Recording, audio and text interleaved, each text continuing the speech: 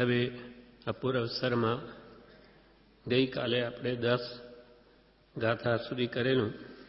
10મી ગાથામાં બધા દ્વંદ્વો એટલે હર્ષ, શોક, રાગ, દ્વેષ, માન, અપમાન, સુખ, દુઃખ એ બધા દ્વંદ્વો મટી જઈ અને સમભાવની હરિપરિણતિ થાય એટલે કે ભાવ થાય એવી ભાવના તેમાં કરેલી. હવે આ 11મી ગાથામાં શમશાનમાં કે પર્વતમાં કે ગુફામાં અડોલ આસન લગાવીને હું બેસું અને ત્યાં સિંહનો સંયોગ મળે તો પણ તેમને હું આત્મદ્રષ્ટિથી જોઉં કે આ બધા મારા મિત્ર જેવા બધા આત્મા છે એ દ્રષ્ટિથી એવો નિહાળું એવો હે પ્રભુ મારો અપૂર્વ અવસર ક્યારે આવશે. એકાકી વિચરતો વળી શમશાનમાં વળી પર્વતમાં વાઘ સિંહ સંયોગ જો અડોલ આસન ને મનમાં નહીં ક્ષોભતા પરમ મિત્રનો જાણે પામ્યા યોગ જો અપૂર્વ અવસર એવો ક્યારે આવશે. હે પ્રભુ મારો એવો અપૂર્વે એટલે પૂર્વે કોઈ કાળે નહીં આવ્યો એવો અવસર ક્યારે આવશે કે જ્યારે હું એકાકી એકલો જ વિચરતો વળી સ્મશાનમાં વિચરું કે ગુફાઓમાં વિચરું કે પહાડમાં વિચરું પણ એવો અવસર ક્યારે આવે એના પહેલાં ભાવાર્થમાં બ્રહ્મચારી કહે છે કે પ્રથમ તો અનુકૂળ સ્થાને આત્મભાવના દ્રઢ કરે. પહેલાં તો આવા પ્રતિકૂળ સ્થાને નહીં, એ રહી નહીં શકે શમશાનમાં કે આવા જંગલોમાં. પહેલાં તો અનુકૂળ સ્થાનમાં રહી અને આત્મભાવ દ્રઢ કરે કે હું દેહથી ભિન્ન આત્મા છું, આ શરીર મારું નથી. એવી ભાવના એકદમ દ્રઢ થઈ જાય. આ બધી સમ્યક દર્શન પછીની વાતો છે. જ્ઞાન થયા પછી આત્મજ્ઞાની મુનિ જે આત્મધ્યાન કરી શકે તેની આ વાતો છે. છતાં આપણને એની ભાવના કરાવી છે. ભાવના તો કરી શકાય કે મને કેવળ જ્ઞાન થાવ. ભાવનામાં શું વાંધો છે? ભાવ તો હંમેશા ઊંચા જ રાખવા. એટલે કે છે કે પ્રથમ તો અનુકૂળ સ્થાને પોતાનો આત્મભાવ દ્રઢ કરે, પછી તેની કસોટી કરવા પ્રતિકૂળ એવા સ્મશાન આદિ એકાંત સ્થાનોમાં પણ સેવે. પહેલા આત્મભાવ દ્રઢ થઈ ગયો હોય પછી એની કસોટી કરે કે ખરેખર હું આવા જંગલમાં ને આવો રહી શકું એમ છું. એટલે એના માટે અભ્યાસ કરે. કામદેવ શ્રાવક ભગવાનના 10 શ્રાવક હતા. આમ તો લાખો હતા પણ એમાં ભગવાને 10 શ્રાવકને ખૂબ વખાણ્યા. તેમાં એક આનંદ શ્રાવક, કામદેવ શ્રાવક, શાલિની પિયા આવા બધા 10 જણા હતા. તેની ભગવાને મુનિઓ સમક્ષ ખૂબ પ્રશંસા કરી. અને કામદેવ શ્રાવકને માટે તો ભગવાને મુનિઓને એમ કહ્યું કે હે મુનિઓ, કામદેવ જેવા તમે ધર્મ દ્રઢ થાઓ. કામદેવ તો શ્રાવક છે. એ આવા શમશાનમાં જઈને અદ્ભુત ધ્યાન કરે છે કે તેમાં અનેક ઉપસર્ગો આવે છે, દેવકૃત આવે, છતાં પણ પોતે સમભાવે બધું સહન કરે છે.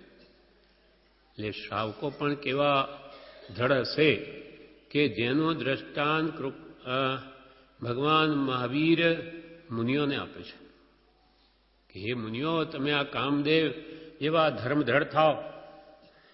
કેમ કે એમને એવો અભ્યાસ અનુકૂળ સ્થાનમાં આત્મભાવ ટકી રહે એવો કર્યો હશે. તે શમશાનમાં આવી પ્રતિકૂળ દશાઓમાં પણ પોતાની કસોટી કરતા હતા. દેહાધ્યાસ ગયો હોય ને આત્મભાવ દ્રઢ થયો હોય તેટલા પ્રમાણમાં જ નિર્જન સ્થાનનો કે વાઘ, સિંહ ઇત્યાદિનો ભય નહીં થાય. આત્મભાવ દ્રઢ થયો હોય દેહાધ્યાસ ગયો હોય, આત્મજ્ઞાન થયું હોય તો જ એવા નિર્જન સ્થાનોમાં કે સ્મશાન ભૂમિમાં એને ભય નહીં થાય. આત્મજ્ઞાન થયું હોય તેને જ એવું થાય. કૃપાલદેવ પોતે ઈડરમાં જે સ્મશાન ભૂમિ છે તેની બાજુમાં જ એક ગુફા છે, જ્યાં સ્મશાનને બધા મરદાને બાળે એના બાજુમાં જ એક મોટી ગુફા છે. તો ત્યાં કૃપાલદેવ 1 મહિનો રહેલા. આજે તો એ ગુફામાં એ વૈષ્ણવોએ ત્યાં શંકરનું મંદિર બનાવી લીધું, શિવલિંગ મૂકી દીધો, પણ ત્યાં કૃપાલદેવ 1 મહિનો રહેલા. બાજુમાં સ્મશાન, પાસે કુંડ હતો, ત્યાં વાઘ પણ આવતા પાણી પીવા, એમને કોઈ ભય નથી. એટલે એકાકી વિચરતો વળી સ્મશાનમાં, વળી પર્વતમાં વાઘ સિંહ સંયોગ, વળી પર્વતોમાં ગુફામાં વાઘો, સિંહો, અનેક જંગલી પ્રાણીઓ રહેતા હોય ત્યાં પણ એ મહાત્માઓ વિચરે, એમને કોઈ ભય નથી.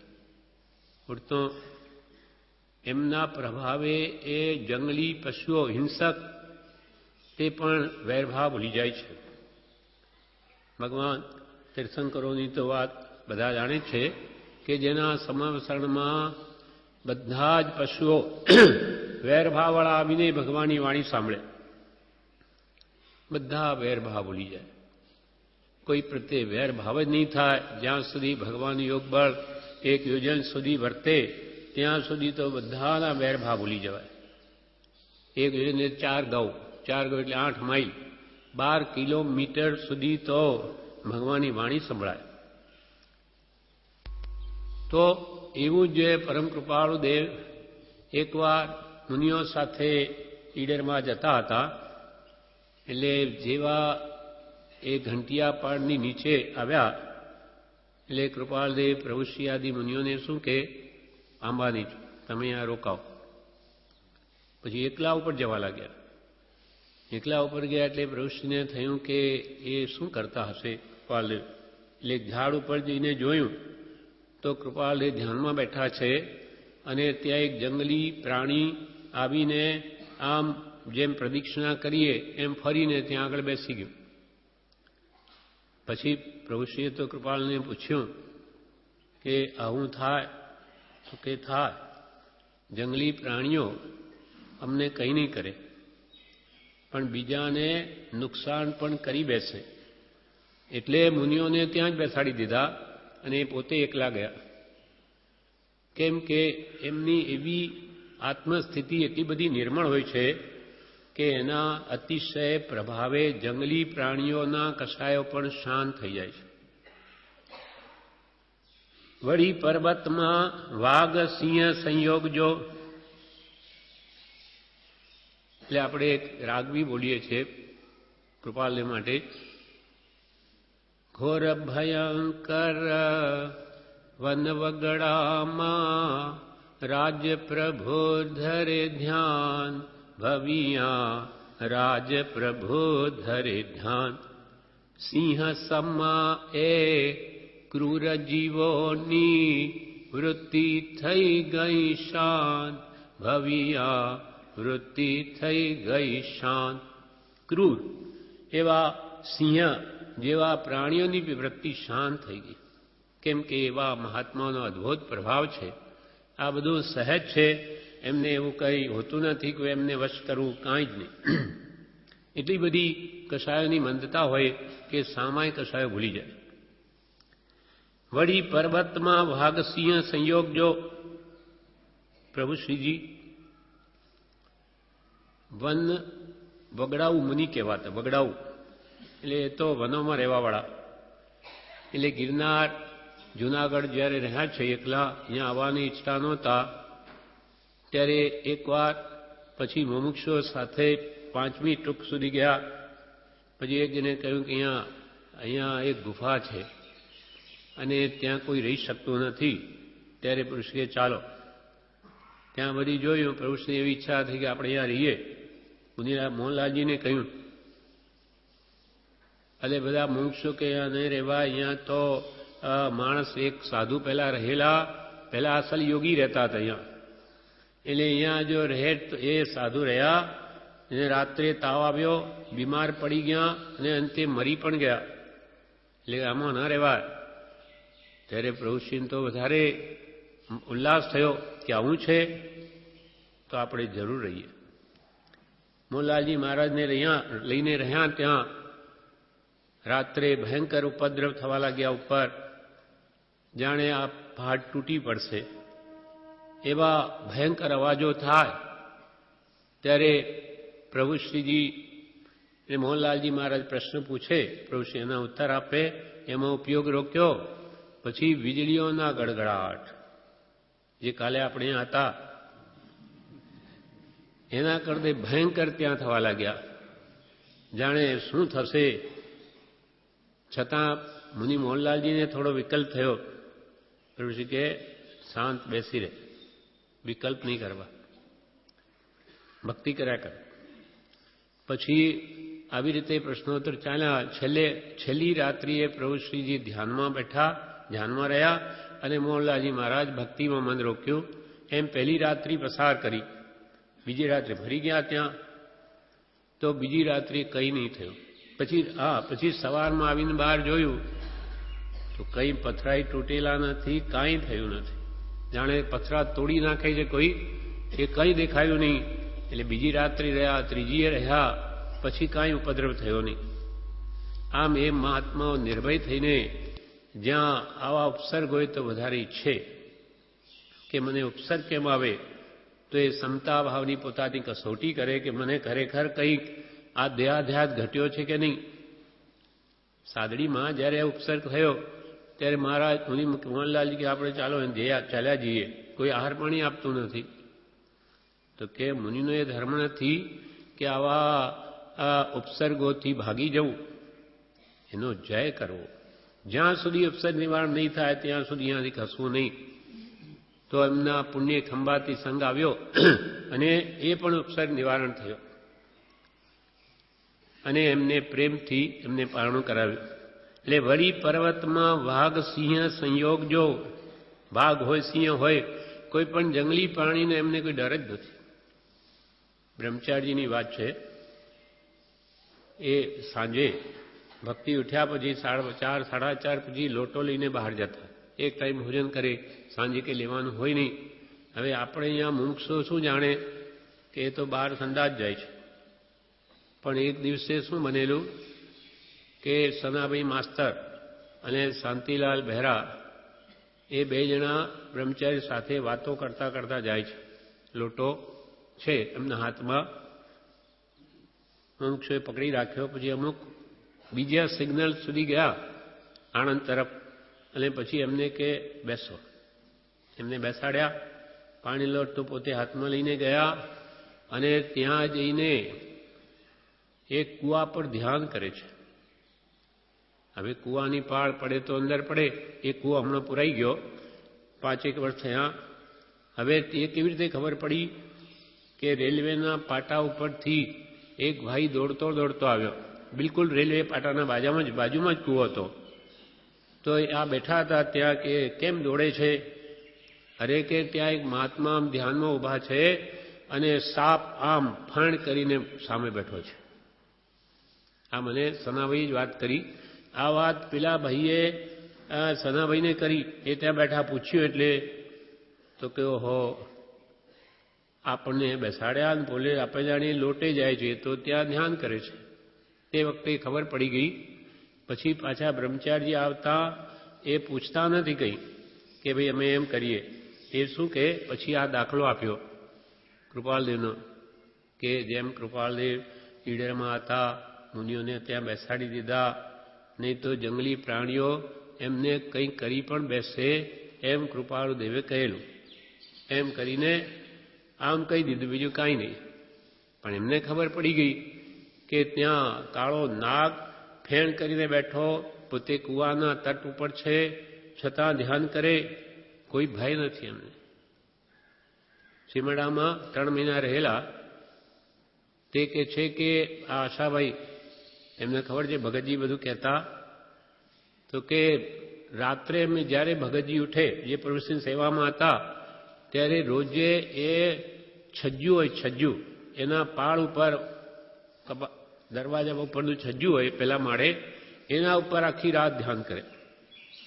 હવે ત્યાંથી માણસ પડે નીચે તો હવે ધ્યાનમાં હોય તો મરી જ જાય, છતાં પણ કોણ એવી દ્રઢતા કંઈ હશે સંયમની અને એવી શ્રદ્ધા, આખી રાત ધ્યાન કરતા. પછી છેલ્લે બ્રહ્મચારી કહ્યું કે 1 મહિનો રહ્યા કે 3 મહિના, પણ કે કેટલા વર્ષોના કર્મ ખપાવી દીધા. આમ અત્યંત પુરુષાર્થ કરે છે મહાત્મા, એમને કોઈ ભય નથી. એકાકી વિચરતો વળી શમશાનમાં, વળી પર્વતમાં વાઘ સિંહ સંયોગ જો, અડોલ આસન ને મનમાં નહીં ક્ષોભતા. એવું અડોલ આસન લગાડે કે એમને બિલકુલ અંતરમાં ક્ષોભ ન હોય, મનમાં વિકલ્પ ન ચાલતા હોય, તો જ અડોલ સ્થિરતા રહે છે. અડોલ, કિંચિત પણ ડોલાયમાં નહીં થાય. એકવાર પ્રતિક્રમણનો પ્રસંગ છે. બ્રહ્મચારીજી ત્યાં શાંતિ સ્થાનની ઉપર પ્રતિક્રમણ રોજે કરતા મોક્ષો સાથે. તે વખતે બ્રહ્મચારીજી ધ્યાનમાં ઊભા છે. એડી અડોલ સ્થિરતા છે કે ત્યાં ચકલી આવીને એમના ઉપર બેઠી છે. એને એવી નિર્ભયતા છે કે જાણે આ પથ્થરની મૂર્તિ છે કે શું છે, એવી અડોલ સ્થિરતા. અડોલ આસન ને મનમાં નહીં ક્ષોભતા, પરમ મિત્રનો જાણે પામ્યા યોગજો. તેમાં વળી આવા હિંસક પશુઓ પ્રત્યે પણ એક જ્ઞાનીઓને દ્રવ્ય દ્રષ્ટિ હોય છે, આત્મદ્રષ્ટિ. આ જનાવરો એ પણ આત્મા જ છે અને આપણે આત્મા છીએ, એટલે એમને આત્મદ્રષ્ટિથી જે જુએ છે એટલે મિત્ર સમાન જુએ. આ મારા મિત્ર છે, આ કંઈ બીજા નથી. અને એવો મૈત્રી ભાવ પણ પશુઓમાં પણ હોય છે. એક દ્રષ્ટાંત આવે છે શાસ્ત્રમાં. મૃગબળ દેવ મુનિ રથ કારક, ત્રણ્ય હુઆય કઠાયો રે, કરણ કરાવણ ને અનુમોદન, સરીખો ફળ નિપજાયો રે. મૃગ એટલે હરણ. મૃગ બળદેવ. બળદેવ મુનિ કોણ હતા? શ્રી કૃષ્ણના ભાઈ. તે પહેલાં તો શ્રી કૃષ્ણ હતા ત્યાર તો અત્યંત પ્રેમ હોય છે. એમને મરી ગયા પછી, કૃષ્ણ મર્યા પછી 6 મહિના સુધી મળદું ઉપાડીને ફર્યા છે. સમ્યક દ્રષ્ટિ એવા બળદેવ મુનિ. પહેલાં તો બળદેવ હતા સંસારમાં, પણ એવો બધા શાસ્ત્રોમાં વાસુદેવને બળદેવ પ્રત્યે એટલો બધો પ્રેમ હોય છે કે મર્યો જ નથી. બધા ઘણા સમજાવે તો એ માને જ નહીં. પથ્થર ઉપર દેવતા પછી આ વનસ્પતિ ઉગાડે, ઉગે નહીં. તો કે આ શું કરે છે, પથરામાં કંઈ ઉગે? તો કે તમે આ મરદાને લઈને ફરો છો, એમાં કંઈ જીવ આવે? એવા અનેક દ્રષ્ટાંતોની અમને સમજાવે. ત્યારે અંતે અગ્નિ સંસ્કાર કરે છે અને પછી શું થયું? મુનિ દીક્ષા લઈ લે છે, બળદેવ મુનિ, અને ગામમાં વિચરે છે. એ બહુ સ્વરૂપાન હતા. એટલે એકવાર એમ બન્યું કે એક બાઈ કૂવામાંથી પાણી કાઢી રહી છે. હવે બળદેવ મુનિ અહીંયા બાજુમાં થઈને પસાર થયા કે એના રૂપમાં એવી મોહિત થઈ ગઈ કે ત્યાં જોયા કરે, અને જે દોરી જે ડોલને બાંધવી જોઈએ એ પોતાના બાળકના ગળામાં નાખવા લાગી. એટલે બળદેવ મુનિજી, આ શું? મારા રૂપથી સ્ત્રીઓને એટલી આસક્તિ? મારે રહેવું જ નથી શહેરમાં. આ તો હમણાં બાળકને ગળે બાંધે અને ભાન નથી. શું જોઈ રહી છે આ? પછી એ આ શહેરમાં રહેવાનું જ બંધ કરે છે અને જંગલમાં જ રહે છે. એટલે ત્યાં એક મૃગ, એને એવો પ્રેમ, પૂર્વનો સંસ્કારી હશે, તે જ્યાં કંઈ પણ આહાર પાણીનો યોગ હોય તો ત્યાં એ મુનિને લઈ જાય અને ત્યાં આહાર પાણી મળે તો કરે, ને મહાત્માને તો તપની વૃદ્ધિ થઈ. એટલે એકવાર ત્યાં કઠિયારો, લાકડા પાડવાવાળો ત્યાં આવેલો, અને એ લાકડા ફાડી અડધી મોટી દાળ, અડધી કપાઈ, અને જમવાનો સમય થઈ ગયો. એટલે એ પછી શું રસોઈ બનાવેલી, એટલે ત્યાં જમવાનું શરૂ કરવા લાગ્યો. એટલામાં હરણને ત્યાં ખબર પડી ગઈ કે અહીંયા આહાર પાણીનો યોગ છે. એટલે ત્યાં જઈ બળદેવ મુનિને ત્યાં લઈ આવે છે. એટલે પેલા ભાવપૂર્વક કઠિયારો એમને આહાર પાણી આપી રહ્યો છે. બળદેવ મુનિ આહાર દિગંબર મુનિ લઈ રહ્યા છે. અને પેલું હરણ એ શું કરે છે? ભાવ કરે છે. ધન્ય છે, મારો અપૂર્વ અવસર એવો ક્યારે આવશે કે હું પણ એવા મહાત્માને દાન આપું? હું તો પશુ છું હમણાં. છતાં ઉત્તમ ભાવ કરી રહ્યો છે કે આ કેવું સરસ કરી રહ્યા છે. આ બાજુ આત્મનાની મુનિ હતા, પેલો ભાવથી આહાર પાણી આપતો હતો, પેલો મૃગ માત્ર ભાવ કરે છે. એટલામાં શું થયું? પેલી અડધી કપાયેલી ડાળ પડી ગઈ તૂટીને ત્રણેયના ઉપર. ત્રણેયનું એક સાથે મૃત્યુ થઈ ગયું.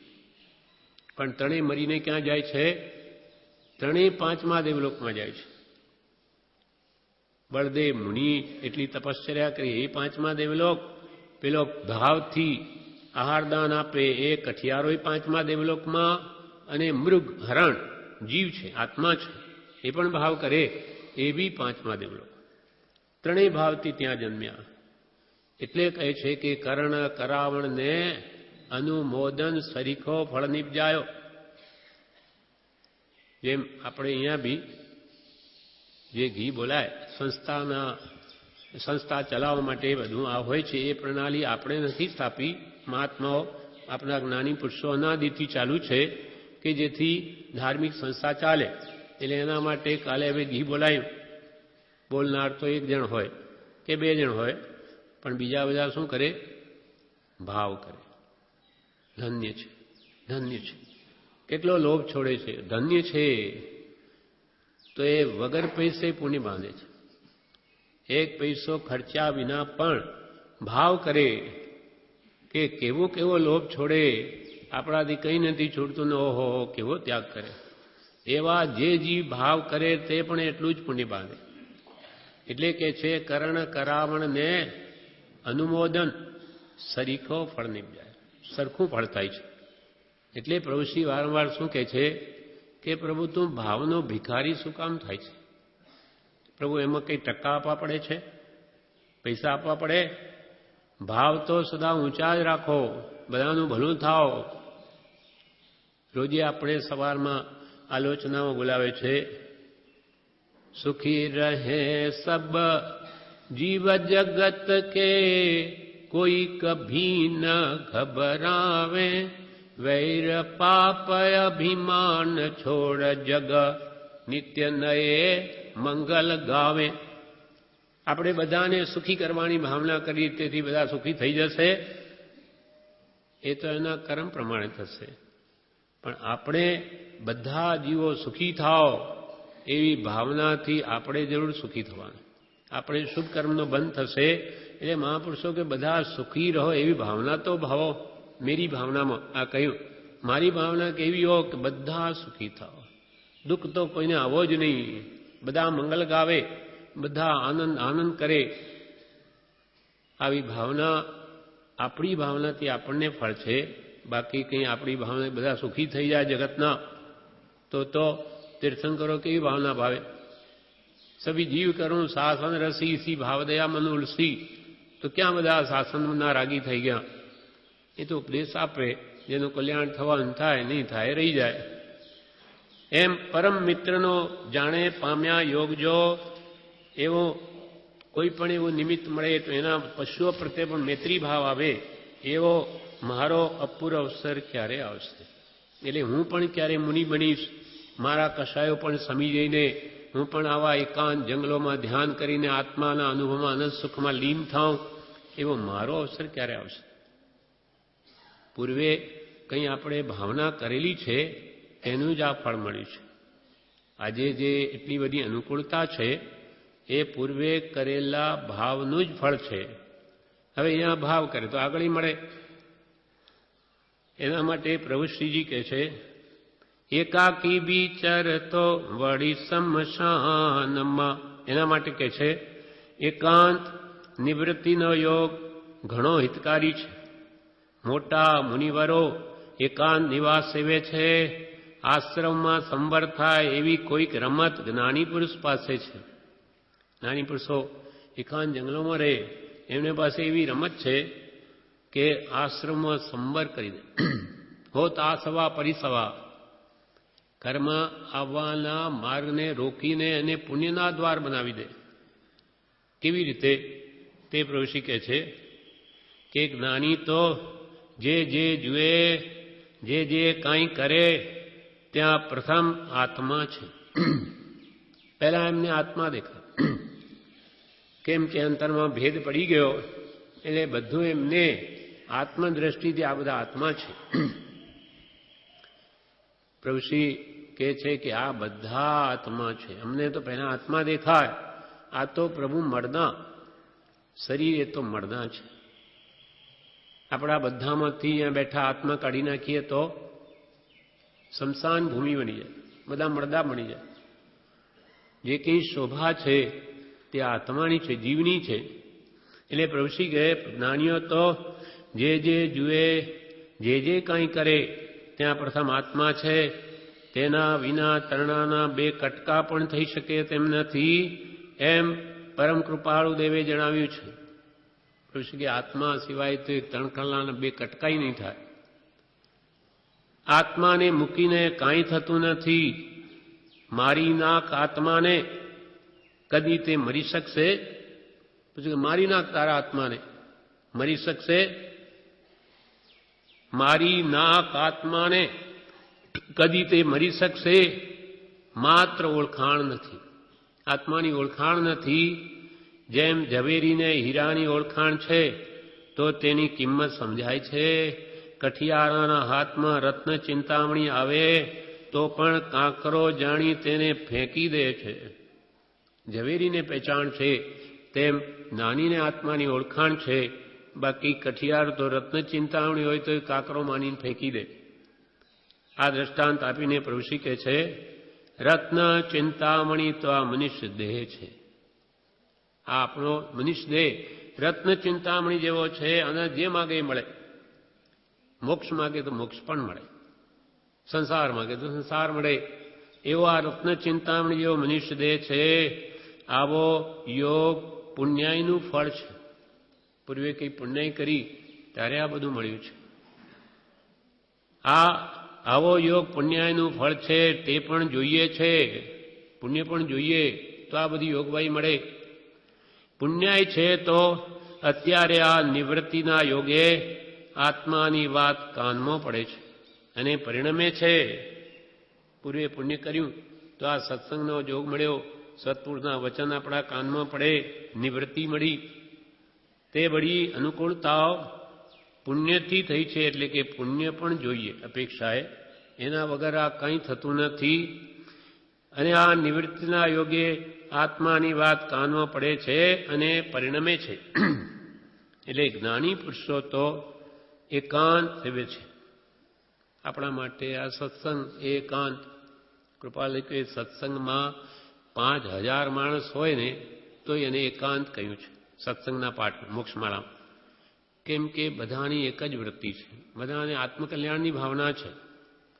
જ્યારે ત્યાં જ કૃપાલય પ્રશ્ન કરે તો કે વિષયી મંડળ મળે ક્લબમાં કે ગમે ત્યાં, તો એને એકાંત ન કહેવી? તમે આ 5000ને એકાંત કહો છો તો તે મળે તો એમાં શું? તો કે એ ન કહેવાય. સિનેમામાં ભેગા થાય તો બધા એકાંત નહીં ના. એમને બધાની વૃત્તિ જુદી જુદી હોય, સ્વાર્થી વૃત્તિ હોય. સત્સંગમાં નિસ્વાર્થ ભાવથી માત્ર આત્માના કલ્યાણ માટે બધા ભેગા થાય છે. એટલે બધાનું એક જ લક્ષ્ય છે, આત્મકલ્યાણ કરવાનું. માટે તેને 5000 કે 50000 હોય તો પણ એકાંત છે. આપણા માટે આ નાની મહાત્મા તો જંગલમાં જઈને આત્મ સ્વરૂપમાં લીન રહી શકે, કેમ કે એમને આત્મ પ્રાપ્તિ થયેલી છે. આપણે ત્યાં જઈને શું કરીએ? માનો કે ઈડર જઈએ, 1 દિવસ 2 દિવસ 3 દિવસ, પછી શું કરીએ? એકલા ક્યાં સુધી રહી શકે? આ તો અહીંયા સત્સંગનો જોગ છે એટલે આખો દિવસ શું, આખું વર્ષ, અરે આખું વર્ષ શું, આખી જિંદગી પૂરી થઈ જાય ને તોય ખબર નથી પડતી. આવા પ્રભુશ્રીની અનંત દયાથી એવો બધો ક્રમની ગોઠવણ, વિવિધ ભારતી પ્રોગ્રામ આવે એની જેમ જાણે કરી નાખ્યું છે. સવારથી સાંજ સુધી નવા નવા પ્રોગ્રામ. માણસને કંટાળો જ નહીં આવે. સવારનો જુદો, બપોરનો જુદો, આ 11 વાગ્યાનો હમણાં બપોરે જુદી, રાત્રે જુદી. કેવી અદ્ભુત રચના છે. સહેજ રમત રમતમાં કામ થાય છે. માણસની 10 કલાક ભક્તિ કરવી હોય તોય થાય, અથવા જેટલી કરવી હોય તેટલી. એટલે પ્રભુશ્રી એકવાર એમ કે જેમ કે ખીચડી રંધાતી હોય તો એ દાળ વાય ઢોકળી તારું એમાં નાખી દેવાનું. દાળ સીજવામાં વધારે ટાઈમ લાગે તો એમાં જો ઢોકળી નાખી દે તો એ ભેગી સીજી જાય. તેમ અહીંયા સત્સંગ ભક્તિનો જોગ પ્રભુશ્રીએ કાયમ ગોઠવેલો જ છે. તમારી જ્યારે ભાવના હોય તમારી ઢોકળી નાખી દેવાની,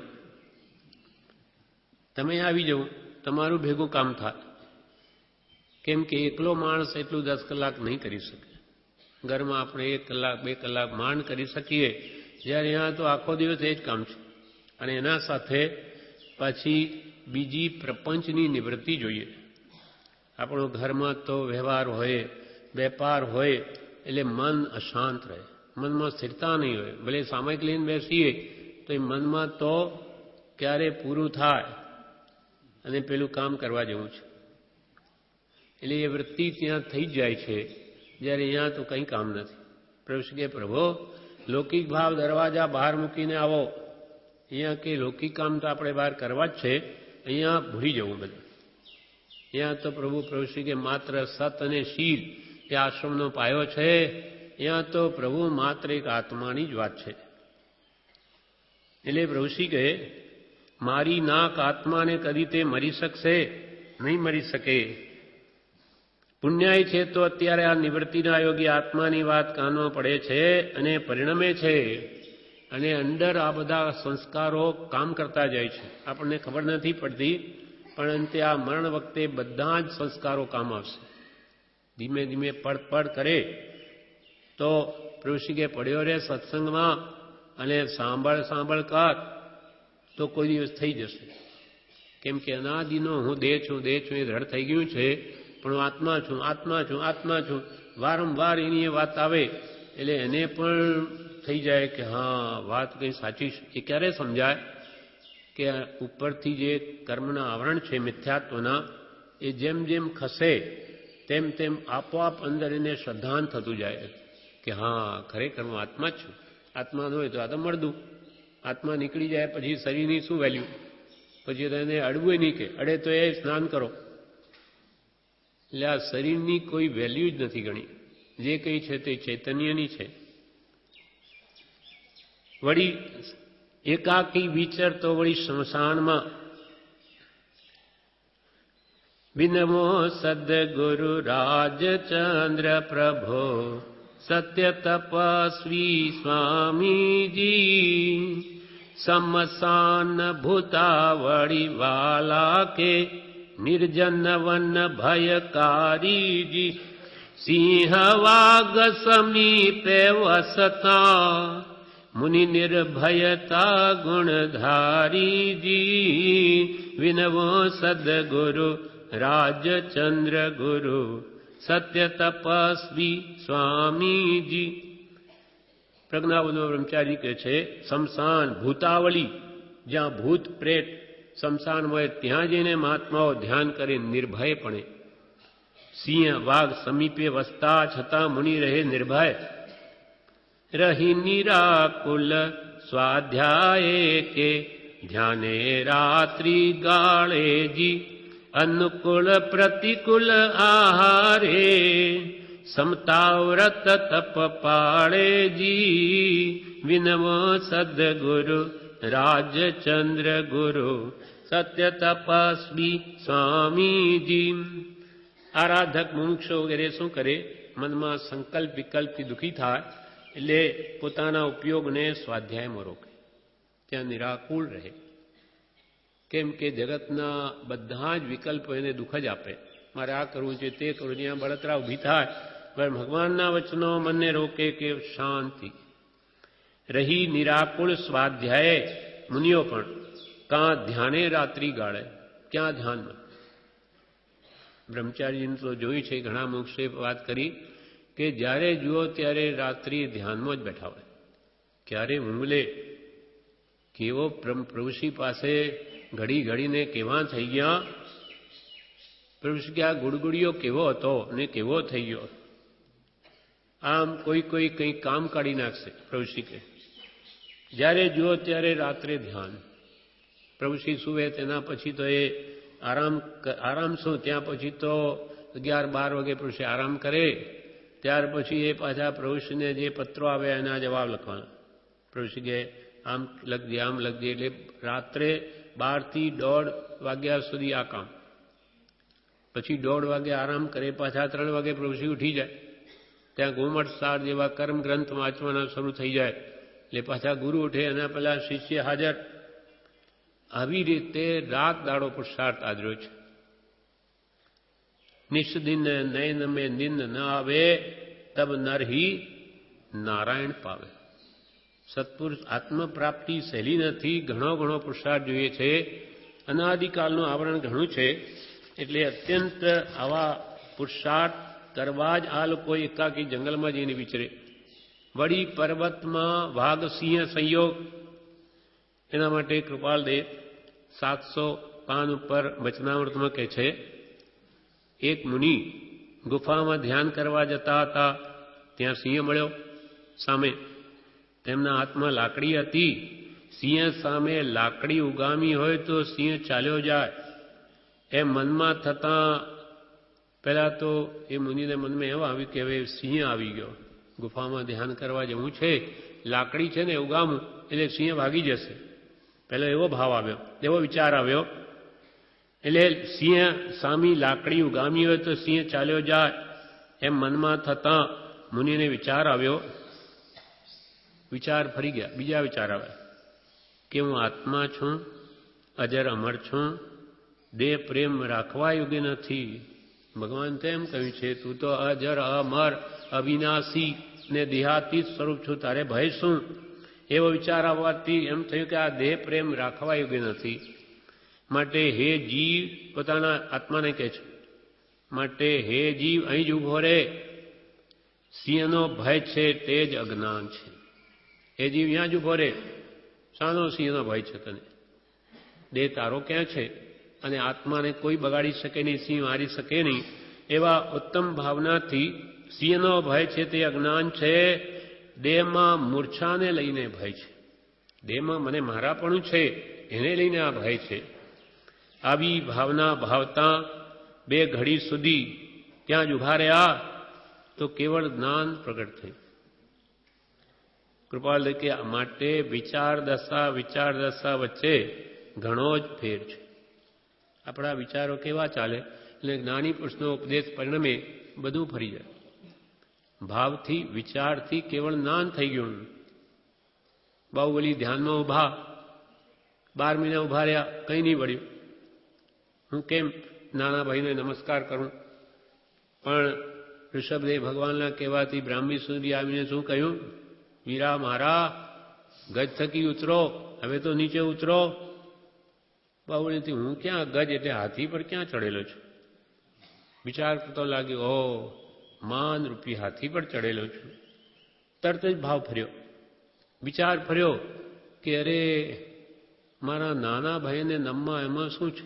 એ તો બધા સાધુઓ છે, મહાન પુરુષો છે, માટે મારે એને નમવું જ જોઈએ. એવો ભાવ માત્ર ફર્યો ને પગ ઉપાડ્યો, ત્યાં જ કેવળતા. વિચાર દશા વિચારનો કેટલો ફેર છે. એક આપણે કલ્પનાઓ કર્યા કરીએ, ફલાણો મારા માટે આમ વિચારતો હશે, એમ થશે, તેમ હશે. હવે પેલાના તો મનમાં કંઈ નહીં હોય. મહાપુરુષો કે એવા કંઈ વિકલ્પ કરવા નહીં, તું મંત્ર સ્મરણ કર્યા કર. આવા જે થવાનું તે થાય, બીજાને હોય તો એનું મન હશે જે હશે, આપણે શું છે? તું તારી મન સુધી જાળવ, બીજા બાબતનો કંઈ વિકલ્પ કરમાં, તો જ ધ્યાન થશે, તો જ એકાગ્રતા આવશે ને સુખી થઈશ. વળી પર્વતમાં વાઘ સિંહ સંયોગ જો. એક રતનબેન હતા આપણે પુંસીબેનના બહુ, તેમણે આ વાત કરેલી કે અમે બ્રહ્મચારી સાથે ઈડર ગયેલા, 100 જણા હતા. તો બધા મુમુક્ષુઓ ત્યાં ભૂરા બાવાની ગુફા, રણમલની ચોકી જ્યાં કૃપાળે રહેલા, ત્યાં અમે બધા દર્શન કરવા ફરતા હતા. બ્રહ્મચારી આગળ, ત્યાં રણમલની ચોકીથી થોડીક દૂર ત્યાં સિંહ સૂતો હતો. બધાએ જોયો, છતાં બ્રહ્મચારીએ શું કહ્યું? ચાલ્યા આવો, શાંતિથી ચાલ્યા આવો.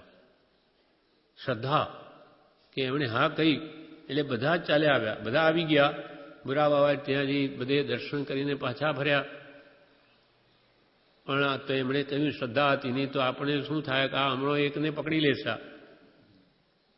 પણ આવા મહાપુરુષો જાણે છે કે શું થવાનું છે કે નથી થવાનું. એવી યોગ્યતા એમનામાં હતી ત્યારે જ એમને ધર્મ સોંપ્યો છે. આ કંઈ ધર્મ એમને સોંપાય, આપણું ઘર બી નહીં સોંપાય. જો યોગ્ય ન હોય તો બધું આપણી ઇજ્જત બગાડી નાખે. આખી જિંદગી મા પિતાએ ભેગી કરેલી ઇજ્જત હોય, છોકરો યોગ્ય ન હોય તો બધું પાણી ફેરવી નાખે. પ્રભુશ્રીએ ધર્મ સોંપ્યો આ કારણે. બીજા અમુક કહેતા, 2 મુનિઓ હતા અહીંયા, એમને સોંપો, આગળ કરે વાણિયાઓ. પ્રભુશ્રી તો મોઢું ફેરવી લે, એ શું સોંપે, એમનામાં શું યોગ્યતા છે? અને એમને 11 વર્ષ રાત દિવસ પાસે ઘડી અને એવા તૈયાર કરેલા, બધા શાસ્ત્રો એ જ વાંચતા. એટલે એમનો જે બોધ છે બધા શાસ્ત્રોનો સાર છે બ્રહ્મચારીનો. પ્રભુશ્રી આગળ બધું એ વાંચે, ગોમણ સાર, પ્રવચન સાર, સમય સાર બધું વંચાયું.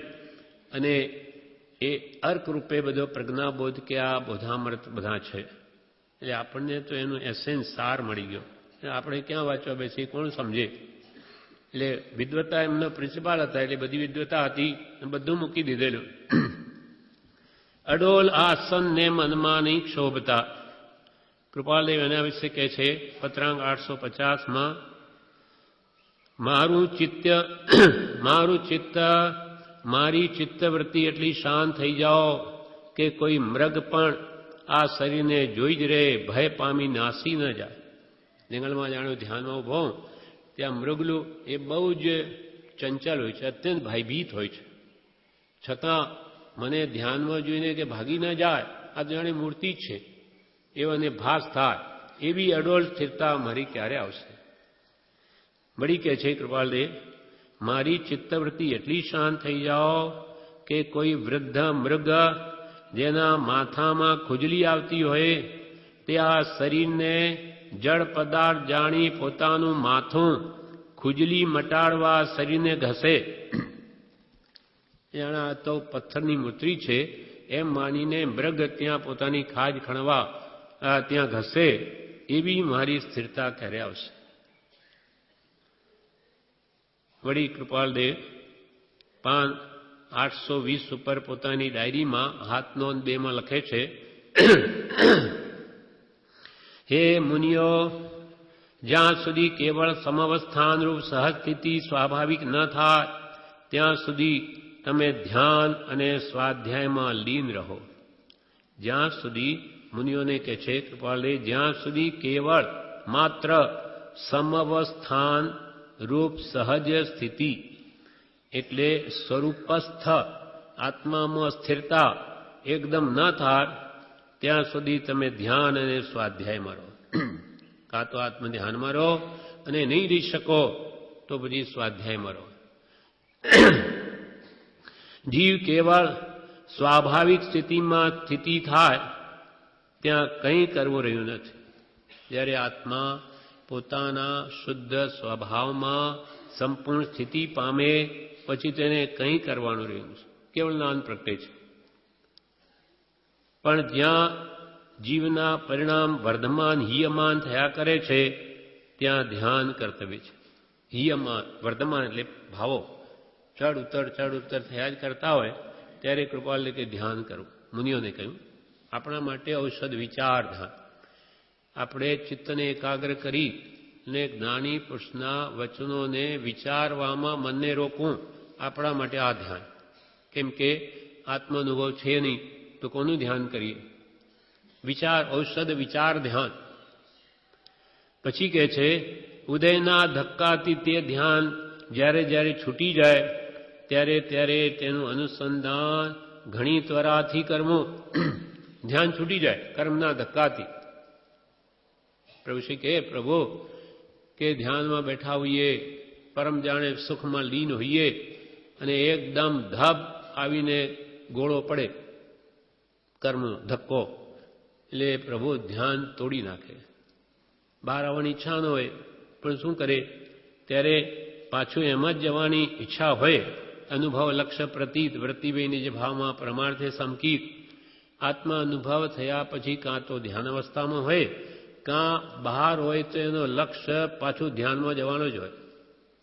એ સુખ જે અનુભવે જ જાણે અને લક્ષ્ય બી નહીં રહી શકે.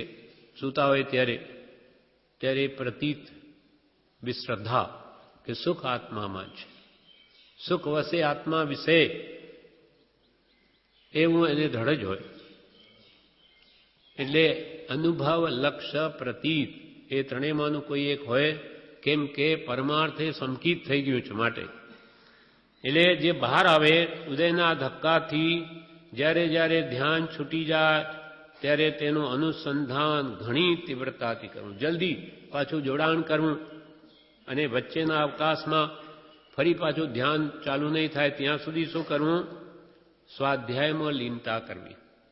ઉપયોગને જ્ઞાન દર્શન ઉપયોગ જે આત્માનો સ્વભાવ છે એ કંઈ બીજા વિચારોમાં નહીં જાય, એટલે એને શાસ્ત્રમાં રોકી લેવો, અથવા કોઈ શાસ્ત્ર લખવામાં રોકો, અથવા કોઈ મુમુક્ષુ હોય તો એને સામે જિજ્ઞાસ હોય તો એને કંઈ ઉપદેશ આપવામાં રોકવો.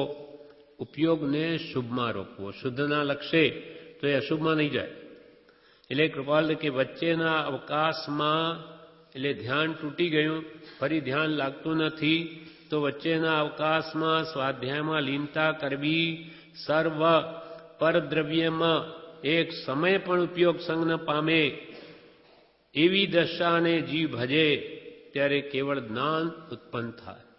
એક સમય માત્ર પણ આપણો ઉપયોગ આત્મામાંથી બહાર ન જાય તેને ત્યારે જ કેવળ જ્ઞાન થાય.